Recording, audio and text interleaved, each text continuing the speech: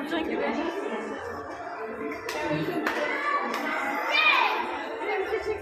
Ne isteyeceğim? Mercanların turuncu çizgili tetik. Ama toprağa gömülmesi. Gördün Gidiyor mü? zaten. Nereden kaçıyorlar? Ne? Sen de çekin. Ne? Bak burada da var balık. Hepsi balık bunların.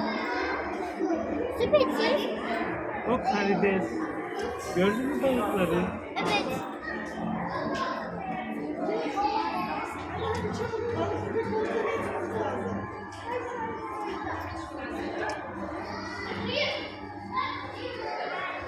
Her şeymiş bak beni.